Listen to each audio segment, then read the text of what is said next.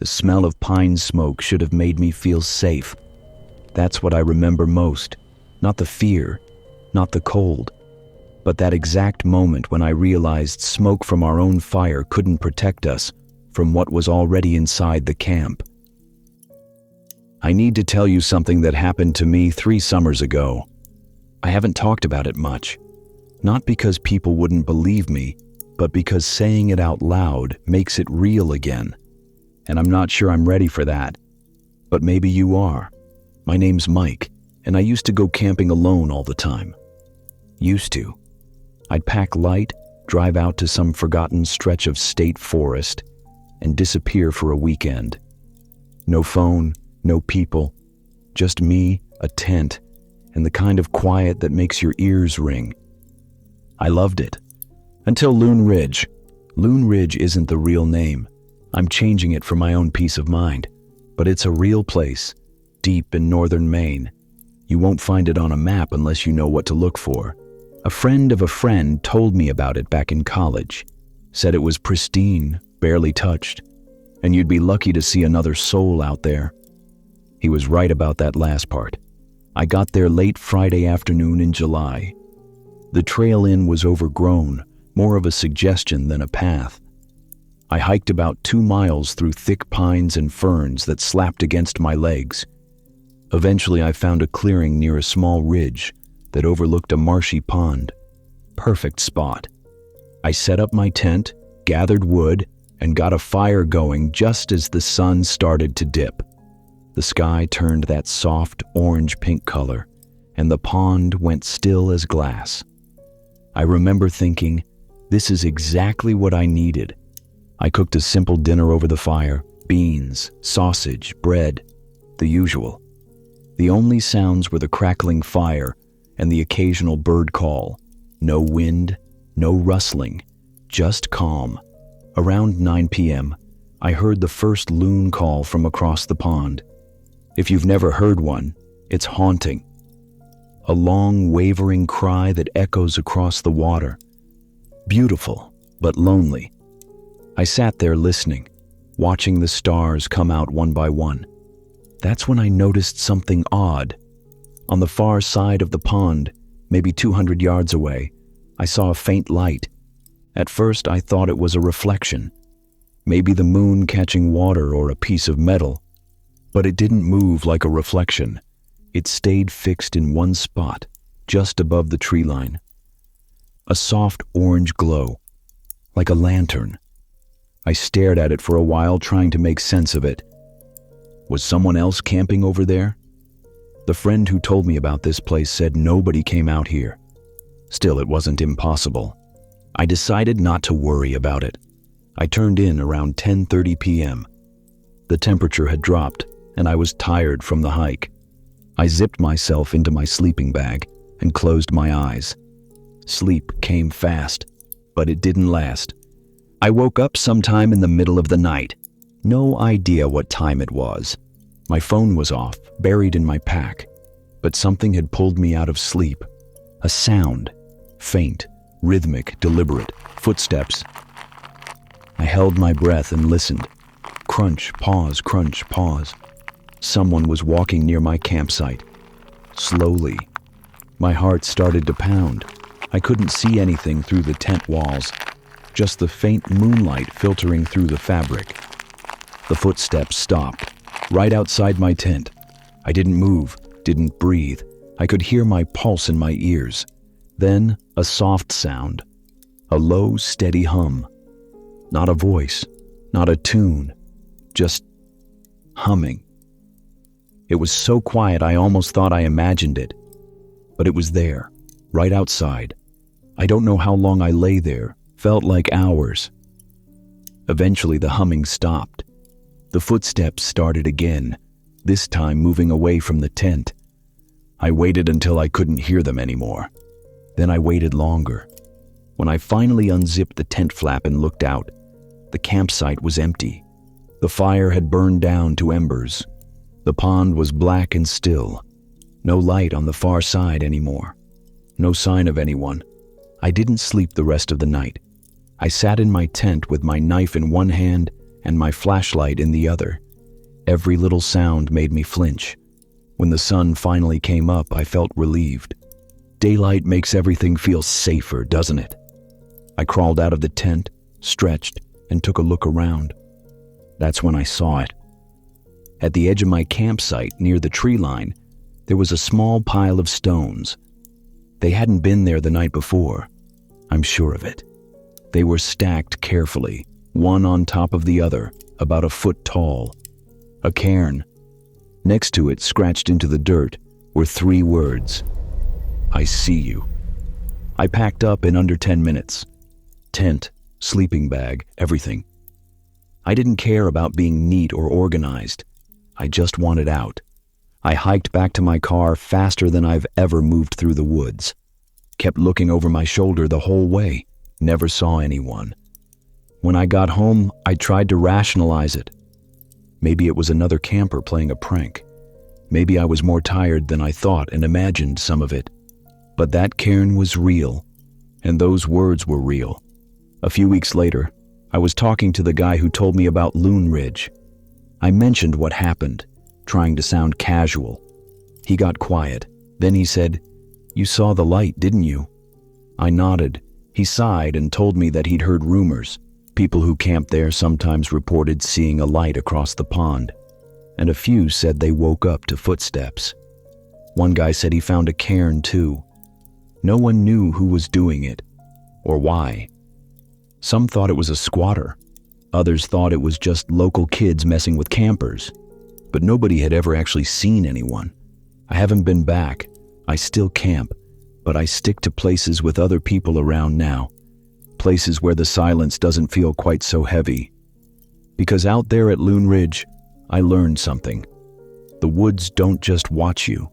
Sometimes someone else is watching too, and they want you to know it. I still wonder who it was, what they wanted, and whether they're still out there, stacking stones in the dark. This happened 4 years ago, and I still don't have a good explanation for it. My girlfriend at the time, Jess, and I decided to take a weekend camping trip to the Ozarks. We wanted something low-key, a small campground, decent trails, maybe a waterfall or two. We found a spot online called Pinewood Hollow. The reviews were sparse but positive. Quiet, secluded, family-owned, perfect. We left Friday morning and drove about 5 hours south. The last hour was all winding back roads. 2 lanes, no shoulder, trees pressing in on both sides. Our GPS took us off the main highway and onto a county road, then onto a gravel road, then onto something that barely qualified as a road at all. Jess kept checking her phone. "Are you sure this is right?" she asked. I glanced at the map. The little blue dot was still moving in the right direction. "Yeah," I said. "It's just remote." We finally reached the campground around 2 p.m. It was small, maybe 6 or 7 sites total. There was a hand-painted wooden sign at the entrance that read, "Pinewood Hollow" in faded green letters. No office, no host, just a metal drop box for fees. We picked a site near the back, close to the woods, set up the tent, unpacked the cooler, hung our bear bag, the usual routine. There was only one other camper there, an older man in a battered RV parked near the entrance. He waved as we drove past, and we waved back. Nice enough guy. The afternoon was peaceful. We hiked a short trail that led to a creek. The water was cold and clear, and Jess waded in up to her ankles. We took pictures, laughed, felt good. By the time we got back to camp, the sun was starting to set. I got a fire going while Jess made sandwiches. We ate and talked and watched the sky turn purple. Around 9 p.m., the older man from the RV walked over. He was maybe 60, with a thick gray beard and a flannel shirt. "Evening," he said. "Y'all settling in, okay?" We told him we were. He nodded, glancing toward the woods behind our site. "Good, good. Just wanted to say, if you need to leave tonight for any reason, don't take the road you came in on." Jess and I looked at each other. "What do you mean?" I asked. He scratched his beard. Road gets strange at night, loops back on itself. Happened to me once.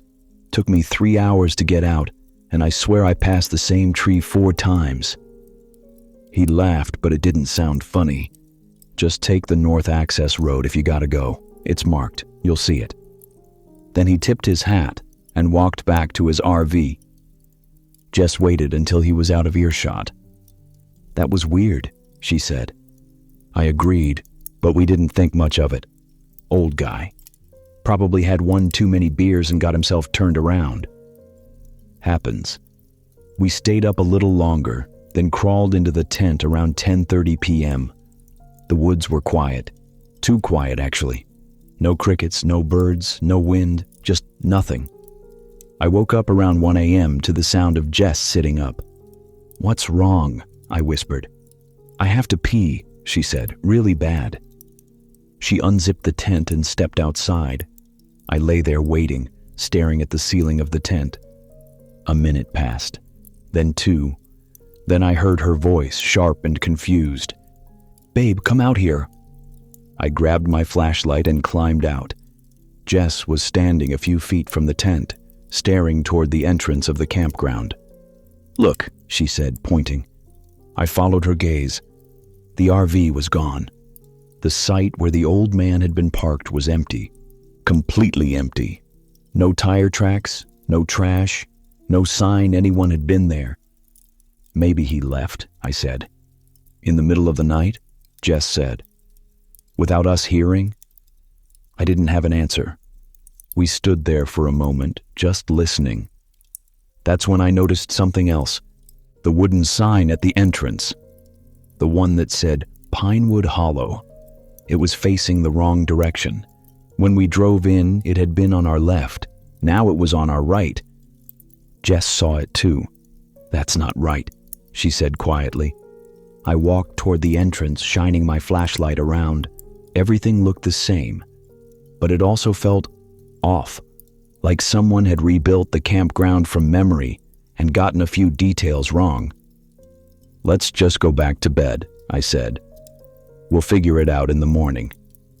Jess nodded, but I could tell she wasn't convinced. We didn't sleep much after that. Every sound made us tense. When the sun finally came up, we packed in silence. We didn't talk about what we'd seen. We just wanted to leave. We got in the car and started driving back the way we came. The gravel road, the trees, the narrow turns. It all looked familiar. But after about 10 minutes, I saw something that made my stomach drop. The wooden sign. Pinewood Hollow. We were back at the campground. Did you take a wrong turn? Jess asked. No, I said. I followed the road. There were no turns. She looked at me, her face pale. Try again. I turned the car around and drove back out. This time I paid closer attention. Watched the road, watched the trees. There were no forks, no intersections. Just one straight gravel road leading away from the campground. 10 minutes later, we were back at the entrance. Jess started breathing fast. This isn't happening, she said. I didn't answer. I just turned the car around and tried again. Same result. We were stuck in a loop. On the 4th try, I remembered what the old man had said. The north access road. I pulled over and checked the map on my phone. There was no cell signal, but the offline map showed a small side road branching off near the back of the campground. There, I said, pointing. We drove slowly through the campground, past our old site, and into the woods. And there it was. A narrow dirt path, barely wide enough for one car. No sign, no markings, just a gap in the trees. I took it. The road was rough and overgrown. Branches scraped the sides of the car. Jess gripped the door handle, her knuckles white. Are you sure about this? She asked. No, I said. But we kept going. After about 20 minutes, the trees started to thin. The road widened, and suddenly we were back on pavement. A county road. A real one, with a yellow center line and a speed limit sign. Jess let out a long breath. We're out, she said. We drove in silence for the next hour. Didn't stop until we hit a gas station near the highway. I filled up the tank while Jess went inside. When she came back, she was holding 2 coffees and a folded map. I asked the guy inside about Pinewood Hollow, she said. And? He said it closed 15 years ago. The owner died and the county never renewed the permits. She looked at me. He said nobody camps there anymore. I don't know what we drove into that night. Maybe it was some kind of glitch in the road. Maybe the land itself didn't want us there. Or maybe the old man in the RV was trying to warn us about something we'll never understand. We never went back. Never even drove through that part of the state again. Because some places don't just let you leave. You have to find your own way out. And sometimes you're lucky enough to find it. Not every stranger in the woods is lost. Before we finish, I want to ask you something. Have you ever met someone in a remote place who just felt wrong? Someone who didn't belong? Let me know in the comments. My name is Claire, and I need to tell you about the last solo camping trip I ever took. This was 2 years ago, late October, in the Adirondacks. I was 29 at the time, and I'd been camping alone for years. I was confident, prepared, careful. I thought I knew what I was doing. I was wrong. I'd picked a spot near a lake called Crooked Water. It's not a popular destination. No amenities, no trails, no cell service. You hike in, set up, and hope for the best. That's exactly what I wanted. A weekend to clear my head and get away from people. I packed my gear, told my roommate where I'd be, and drove up Friday afternoon. The trailhead was empty when I arrived. Good sign. I shouldered my pack and started the 3-mile hike in. The trail was wet from recent rain. Leaves stuck to my boots. The air smelled like pine and damp earth. By the time I reached the lake, the sun was starting to dip below the tree line. I found a flat spot near the water, about 50 yards from the shore. Perfect. I set up my tent, gathered firewood, and got a small fire going. The temperature was dropping fast and I wanted to stay warm. I cooked a simple dinner, instant noodles and jerky. Not gourmet, but it did the job. I sat by the fire and watched the last light fade from the sky. The lake was perfectly still. No wind, no sound, just the crackle of the fire and the occasional pop of sap in the wood. I felt at peace. Around 8 p.m., I heard footsteps. Not animal footsteps, human footsteps. Slow, deliberate, coming from the direction of the trail. I stood up, brushing off my pants, and waited. A moment later, a woman stepped into the glow of my firelight. She looked to be in her 40s. Long dark hair pulled into a loose ponytail. She wore a green jacket, jeans, and hiking boots. Normal enough. But something about her felt off right away. Her clothes were clean, too clean for someone who'd just hiked 3 miles through wet woods. And she wasn't wearing a pack. No gear, no bag, nothing. "Hi," I said cautiously. She smiled. "Hi, sorry to bother you. I saw your fire." Her voice was soft, pleasant. "No problem," I said. "Are you camping nearby?" She nodded. "Just down the trail a bit. I got turned around and saw your light. Thought I'd say hello." She took a step closer to the fire, holding her hands out to warm them. I watched her carefully. "You out here alone?" she asked. I hesitated. Every instinct told me to lie. "No," I said. "My boyfriend's back at the tent. He's asleep." She glanced at my tent. It was small, clearly a one-person setup. She smiled again, but this time it didn't reach her eyes. "That's good," she said. "It's not safe for women to camp alone." I didn't like the way she said that. "Yeah," I said. "Well, I should probably get some sleep. Long day tomorrow." She didn't move, just stood there, staring at the fire. "Do you mind if I sit for a minute?" she asked. "It's cold out there." I did mind, but I didn't know how to say no without being rude. "Sure," I said. just for a minute." She sat down on a log across from me, close enough that I could see her face clearly in the firelight. Her eyes were strange, dark, empty, like she was looking at me but not really seeing me. "I love camping," she said. "It's so peaceful. You can really be yourself out here, you know?" I nodded, not sure what to say. She leaned forward, resting her elbows on her knees. "Do you ever get scared?" she asked. "Scared of what?" "Out here, alone, in the dark." I shook my head. "Not really. I mean, I'm careful, but I've done this a lot." She smiled. "You should be scared." My stomach tightened. "Why do you say that?" She shrugged. "You never know who's out there, watching, waiting." She paused, then looked directly at me. "People go missing in these woods all the time." I stood up. "I think you should go," I said, keeping my voice steady. She didn't move. "I haven't finished warming up yet." "I don't care," I said. "You need to leave now." For a long moment, she just stared at me. Then she stood slowly, brushing off her jeans. "Okay," she said softly. "I'll go." She turned and walked toward the edge of the firelight. Then she stopped and looked back. "Be careful tonight, Claire." My blood went cold. I hadn't told her my name. "How do you know my name?" I said. She smiled. "You told me." "No, I didn't." She tilted her head, still smiling. "Didn't you?" Then she turned and walked into the darkness. I stood there, heart pounding, staring at the spot where she disappeared. I listened for footsteps. Nothing.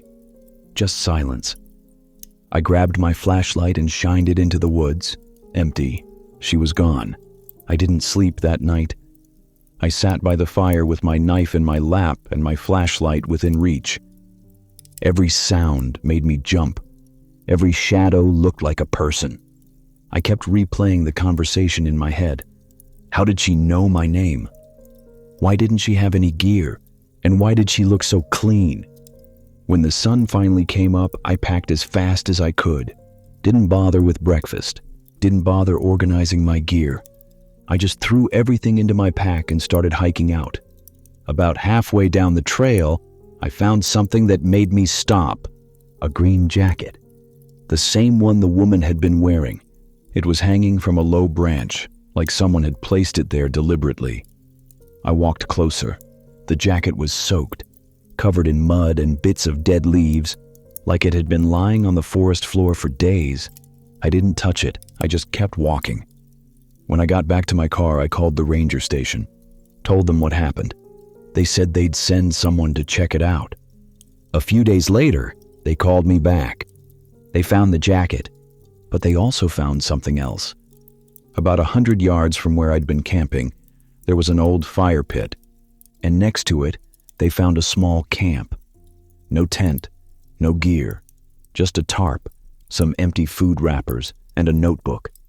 Inside the notebook were dozens of entries, all written in the same handwriting, all describing people camping near the lake. Their names, their routines, their schedules. My name was in there, so was a description of my tent and the time I'd arrived. The ranger told me they didn't know who the woman was, or if she was still out there. They said I was lucky, that I'd done the right thing by staying awake, by not turning my back. I haven't camped alone since, and I don't think I ever will again, because that night, I learned something important. Not everyone you meet in the woods is just passing through. Some of them are waiting, watching, learning, and sometimes they already know your name. Thank you for listening to all 3 stories. I hope they gave you something to think about tonight. Stay safe out there, and remember, trust your instincts. They're usually right.